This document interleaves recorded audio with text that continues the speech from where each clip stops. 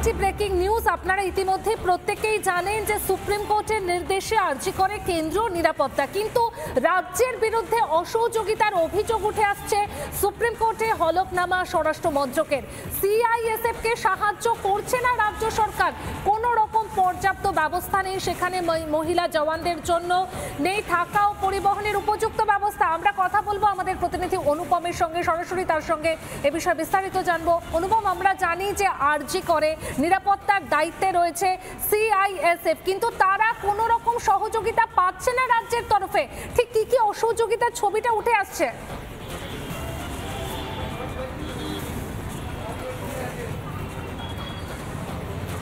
দেখো, তোমায় জানি রাখি সিআইএসএফ এখানে এসছে সুপ্রিম কোর্টের অর্ডারে। অর্থাৎ এটা বুঝে নিতে হবে যে সুপ্রিম কোর্ট চেয়েছিল যে এখানে নিরাপত্তাটাকে সুনিশ্চিত করতে হবে, রাজ্য পুলিশকে দিয়ে হবে না, সেই কারণেই সিআইএসএফকে এখানে ডেপ্লয়মেন্ট করা হয়েছে।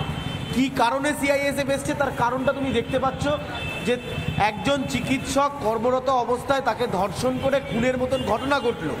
তারপর আজকে 25 দিন পার, এখনও তদন্ত করছে সিবিআই। দোষীদের ধরার দাবিতে বারবার আন্দোলন হচ্ছে এবং এভাবে প্রতীকী আন্দোলনের প্রেক্ষাপট তারা সাজিয়ে রেখেছে। এবার সিআইএসএফ কি অভিযোগ করছে? সিআইএসএফ যেটা অভিযোগ করছে যে তারা এখানে ডিউটি করছে। কোথা থেকে ডিউটি করছে দীপঙ্করকে বলবো একটু দেখানোর জন্য।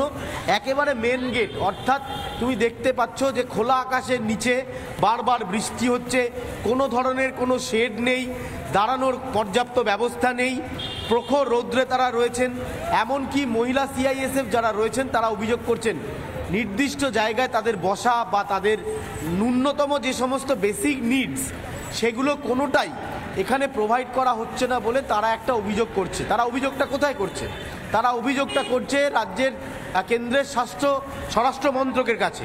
এবার কেন্দ্রীয় স্বরাষ্ট্র মন্ত্রক সেই অভিযোগের ভিত্তিতে রাজ্য সরকার রাজ্য প্রশাসনের সাথে কথা বলছে। রাজ্য প্রশাসনের তরফে দুবার বৈঠক হয়ে গেছে, কিন্তু সেই বৈঠক কোনো ধরনের কোনো ফলপ্রসূ হয়নি।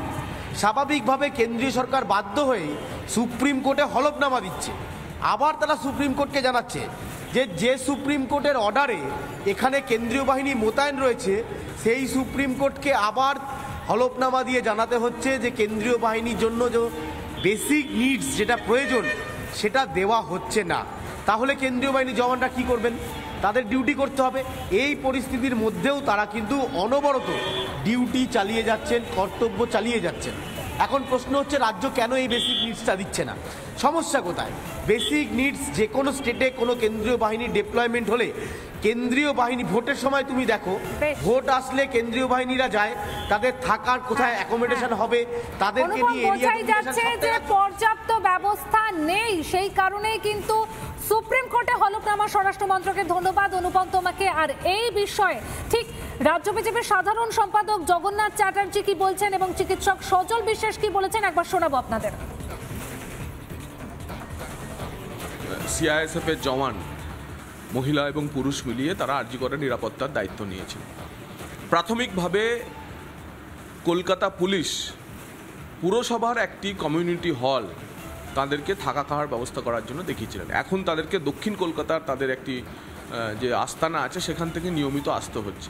কিন্তু কোনো এক অজ্ঞাত কারণে ওই যে আরজিকর মেডিকেল কলেজের আশপাশের কোনো একটি পুরসভার কমিউনিটি হল ছিল, সেখানে কলকাতা পুলিশ এবং রাজ্য সরকার তাদেরকে আর থাকতে দেয়নি।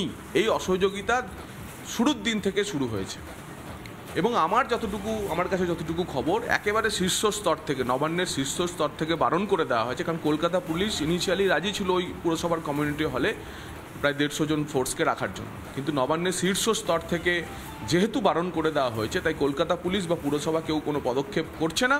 তার ফলে স্বরাষ্ট্র মন্ত্রককে সুপ্রিম কোর্টে হাজির হতে হয়েছে। আমরা আশা করব কালকে প্রধান বিচারপতির বেঞ্চে মামলাটি উঠবে এবং তিনি যথাযথ নির্দেশ রাজ্য সরকারকে। যেখানে রাজ্যের হাতেই আইন শৃঙ্খলা, তো এই সিআইএসএফ অফিসাররা তারা এসছেন, তাদের কিন্তু যেহেতু রাজ্যের হাতে আইন শৃঙ্খলা, তাই আজকে আরজি করের ঘটনায় কেন্দ্র আলাদা করে এই আধিকারিক যারা পাঠিয়েছেন তাদের নিরাপত্তার ব্যবস্থা বা থাকার ব্যবস্থা কিছুই করতে পারছে না।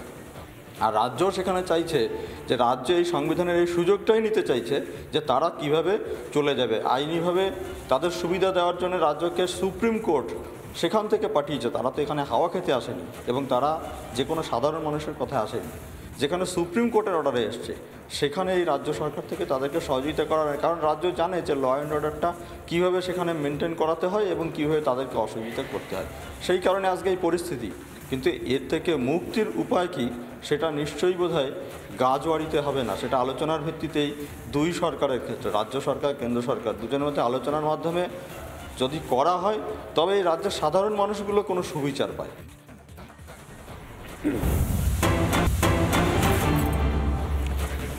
আর এই মুহূর্তে যে খবরে নজর থাকবে, অভয়ের জন্য বিচার চেয়ে প্রতিবাদ, শ্যামবাজারে অবস্থানের জন্য হাইকোর্টে আবেদন বরুণ বিশ্বাসের পরিবারের। আরো একবার জানাবো আপনাদেরকে, অভয়ের জন্য বিচার চেয়ে প্রতিবাদ, শ্যামবাজারে অবস্থানের জন্য হাইকোর্টে আবেদন বরুণ বিশ্বাসের পরিবারের।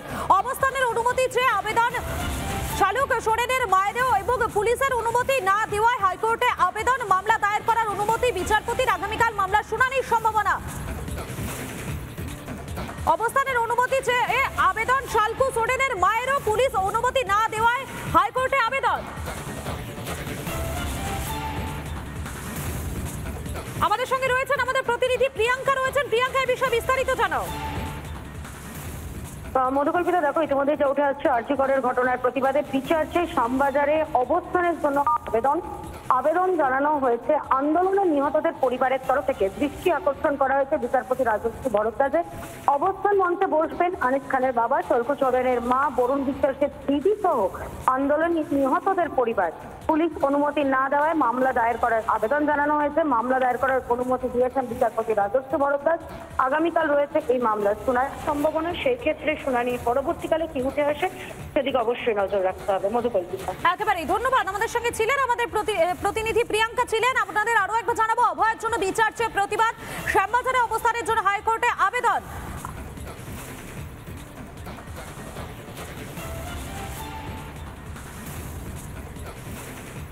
এই মুহূর্তে আমাদের সঙ্গে টেলিফোন লাইনে রয়েছেন বরুণ বিশ্বাসের দাদা রয়েছেন, অসিত বিশ্বাস আমাদের সঙ্গে রয়েছেন। আপনাকে স্বাগত রিপাবলিক বাংলায়। আপনারা শ্যামবাজারে অবস্থানের জন্য হাইকোর্টে আবেদন করেছেন, তো পুলিশের কাছে কি আপনারা এই বিষয়ে অনুমতি চেয়েছিলেন? সে বিষয়ে পুলিশের পক্ষ থেকে ঠিক কি জানানো হয়? আমরা অনুমতি চেয়েছি। হ্যালো, হ্যাঁ বলুন। বুঝছেন? হ্যাঁ, অনুমতি দেওয়া হয়েছে। আমরা শ্যামবাজারে আমরা অবস্থান করছি, সেরকম একটা ইনফরমেশন দেওয়া হয়েছে 7 তারিখ 12টা থেকে 8টা অবধি। হ্যাঁ, হাইকোর্টে আমাদের অ্যাপিল করা হয়েছে। লেটেস্ট খবরটা আমরা জানি যতটুকু, আমাদের অবস্থান বিক্ষোভ ওখানে হচ্ছে শনিবার, সারাদিনই আমরা ওখানে থাকছি।